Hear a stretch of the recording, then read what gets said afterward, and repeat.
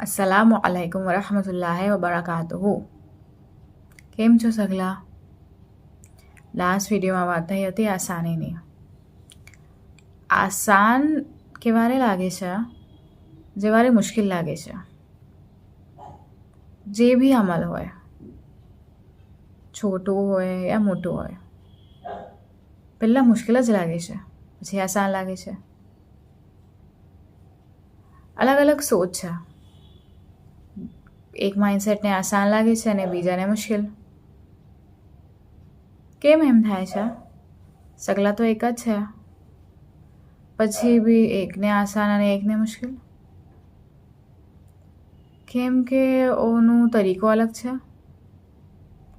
સોચવાનું જે જહાં છે, जिस એન્વાયરમેન્ટમાં યા માહોલમાં वो સોચી રહ્યો છે, બેના અલગ અલગ છે.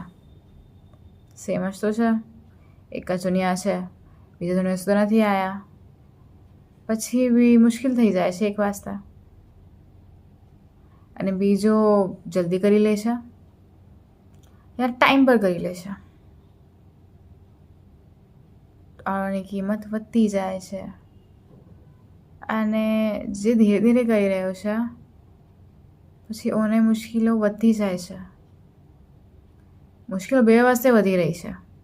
એકનું પૂરું થઈ ગયું છે તો પૂરું થઈ જવા વાસ્તે એને મેન્ટેન કરવાની, અને એનું થયું નથી. અમલ ચાલી જ રહ્યું છે. સોચવામાં બી મુશ્કેલ આવે છે, કરવું નથી કે ના કરવું છે. આસાન હર એક ચીઝ છે. અમલ બી આસાનીથી થઈ જવું જોઈએ ને, बिना કોઈ સોચમાં. સોચે જ ના ક્યાં થશે, જે થઈ જશે. ના સોચવું ઘણું આસાન છે, કંઈ સોચવું જ નથી. કેમ કે પહેલાંથી તો ડિસાઇડેડ જ છે. શું ડિસાઇડેડ છે?